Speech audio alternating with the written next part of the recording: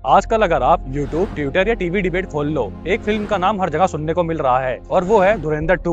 कुछ लोग इसे साल की सबसे बड़ी देशभक्ति फिल्म बोल रहे हैं और दूसरी तरफ लोग इसे प्रोपेगेंडा बता रहे हैं। सबसे बड़ा सवाल ये है, क्या धुरंधर 2 सिर्फ एंटरटेनमेंट है या इसके जरिए एक पॉलिटिकल नैरेटिव बिल्ड करने की कोशिश हो रही है। 1000 रुपए के करेंसी नोट लीगल टेंडर नहीं रहेंगे। मोदी जी का कैमियो है इसमें, मोदी जी का कैमियो है। क्यों कुछ ऑपोजिशन पॉलिटिकल लीडर्स और पॉलिटिकल कमेंटेटर्स ने इस फिल्म पर सवाल उठाए? क्यों कुछ बड़े यूट्यूबर और एनालिस्ट ने इस फिल्म को प्रोपेगेंडा बोलने की बात कही? और सबसे इम्पोर्टेंट बात, क्या सच में इसका कनेक्शन बीजेपी आइडियोलॉजी से जोड़ा जा रहा है या ये सिर्फ परसेप्शन का खेल है? और हम अपनी इस वीडियो में इमोशनल बातें नहीं करेंगे, बल्कि फैक्ट, एलिगेशन और लॉजिकल एनालिसिस के बेसिस पर समझेंगे कि धुरंधर 2 के अराउंड इतनी बड़ी कंट्रोवर्सी क्यों खड़ी हो गई है। सबसे पहले क्लियर फैक्ट समझना जरूरी है कि धुरंधर 2 सिर्फ कंट्रोवर्सी की वजह से फेमस नहीं हुई, बल्कि ये एक मैसिव कमर्शियल सक्सेस भी बनी। रिपोर्ट्स के मुताबिक फिल्म ने रिलीज के कुछ ही दिनों में 100 करोड़ का कलेक्शन क्रॉस कर लिया और थिएटर्स में ऑडियंस का हैवी टर्नआउट देखने को मिला। इसका मतलब ये है, चाहे कंट्रोवर्सी चल रही थी लेकिन पब्लिक इंटरेस्ट बहुत हाई था।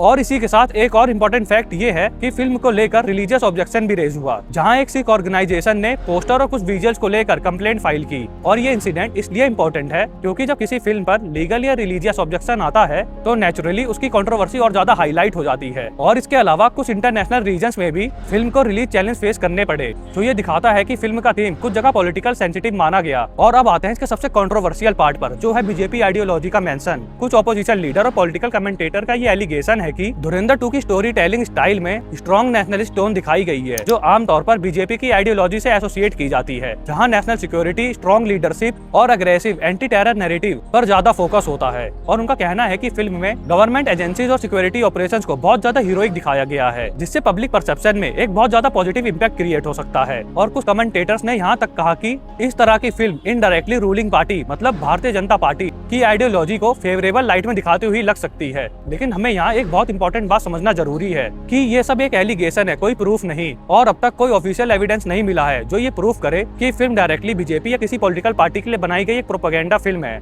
और इस पूरी कंट्रोवर्सी को बड़ा बनाने में यूट्यूब और सोशल मीडिया का बहुत बड़ा रोल था। कुछ बड़े पॉलिटिकल यूट्यूबर ने भी इस फिल्म पर अपने स्ट्रॉन्ग ओपिनियन दिए, जैसे पॉलिटिकल कमेंटेटर और यूट्यूबर ध्रुव राठी ने अपने एनालिसिस में इस फिल्म को लेकर कंसर्न रेज किया और इसे एक possible political narrative driven cinema बताया। और उन्होंने ये तक कहा कि कुछ फिल्म इलेक्शन पीरियड के आसपास आकर पब्लिक परसेप्शन पर इनडायरेक्ट इंपैक्ट डाल सकती है। इस तरह कुछ और पॉलिटिकल यूट्यूबर और इंडिपेंडेंट यूट्यूब एनालिस्ट ने भी इस फिल्म को हाइपर नेशनलिस्टिक सिनेमा बताया। और जब बड़े क्रिएटर अपना स्ट्रॉन्ग ओपिनियन देते हैं तो उनकी ऑडियंस भी उस डिस्कशन का पार्ट बन जाती है और कंट्रोवर्सी और ज्यादा वायरल हो जाती है।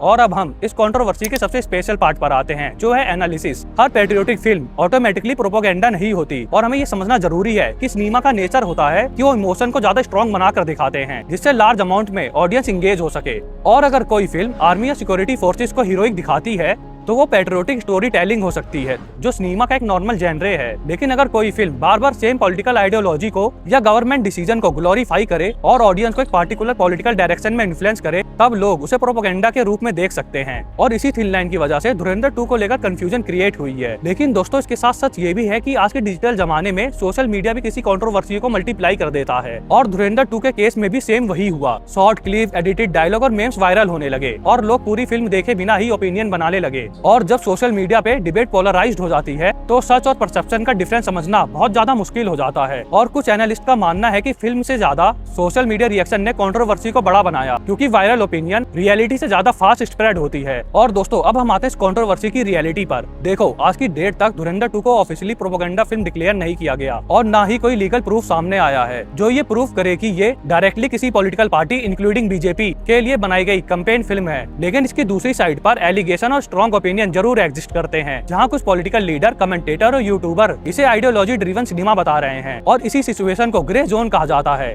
जहां सर्टेनिटी नहीं होती, सिर्फ डिबेट और इंटरप्रिटेशन होता है। तो दोस्तों, अब सवाल ये नहीं है कि धुरंधर 2 प्रोपेगेंडा है या नहीं, बल्कि सवाल ये है कि हम किसी भी फिल्म को जज करते वक्त फैक्ट को कितना इंपॉर्टेंस देते हैं। और आजकल के डिजिटल जमाने में हर वायरल ओपिनियन सच नहीं होता। कभी कभी सच समझने के लिए हमें सोर्स से निकलना पड़ता है और फैक्ट और लॉजिक पर फोकस करना होता है। और दोस्तों, आप क्या सोचते हो? धुरंधर 2 एक पैट्रियोटिक फिल्म है या एक पॉलिटिकल नैरेटिव बिल्ड करने की कोशिश? कमेंट करके जरूर बताना। और मिलते हैं नेक्स्ट वीडियो में एक और कंट्रोवर्शियल टॉपिक के साथ। तब तक आप सब अपना ख्याल रखिए और सोच समझकर ओपिनियन बनाइए। जय हिंद, जय भारत।